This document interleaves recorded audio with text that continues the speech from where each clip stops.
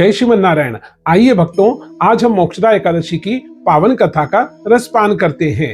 एक बार पांडु पुत्र युधिष्ठिर महाराज पहुंचे द्वारिकाधीश के चरणों में और उन्हें दंडवत प्रणाम करते हुए कहा कि हे भगवान, आपने मुझे कृतार्थ किया कि आपने मार्गशीर्ष मास के कृष्ण पक्ष की उत्पन्ना एकादशी सुना करके मुझे धन्य कर दिया। अब मुझे अनुग्रहित करें और शुक्ल पक्ष की पावन कथा सुनाएं। द्वारिकाधीश ने कहा कि हे राजा युधिष्ठिर, मैं आपको मार्गशीर्ष मास के शुक्ल पक्ष की पावन कथा सुनाता हूं, जिसका नाम मोक्षदा एकादशी है।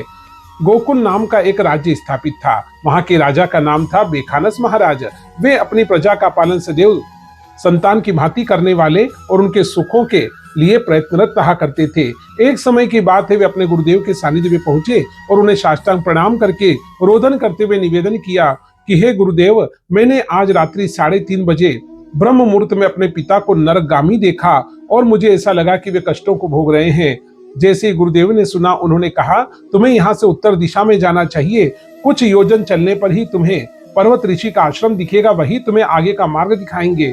जैसे ही पर्वत ऋषि के समक्ष पहुंचे, उन्होंने ध्यान अवस्था में बैठ करके देखा और कहा कि हे राजन, तुम्हारे पिता ने 2 विवाह किए थे। एक स्त्री को अधिक प्रेम करना और दूसरी को ऋतुदान नहीं देना, उसके शाप के कारण से वे नरकगामी हो गए हैं। तुम्हें मार्गशीर्ष मास के शुक्ल पक्ष की मोक्षदा एकादशी करना चाहिए, जो पितरों के दोष को भी निवारण कर देती है। जैसे ही उन्होंने मोक्षदा एकादशी का पाठ और पारायण किया और गुरुदेव से जैसी इस पावन कथा को सुना, वे कृतार्थ हो गए और रात्रि 3:30 बजे अकस्मात ब्रह्म मुहूर्त जैसी जागृत होता है, वैकुंठ लोक की यात्रा करते हुए उनके पिता ने उन्हें दर्शन दिए और कहा कि तुम पितृ ऋण से उऋण हो गए हो। जो भी आज के दिन इस एकादशी का व्रत करते हैं, वे सदैव पितृ दोष से निवृत्त हो जाते हैं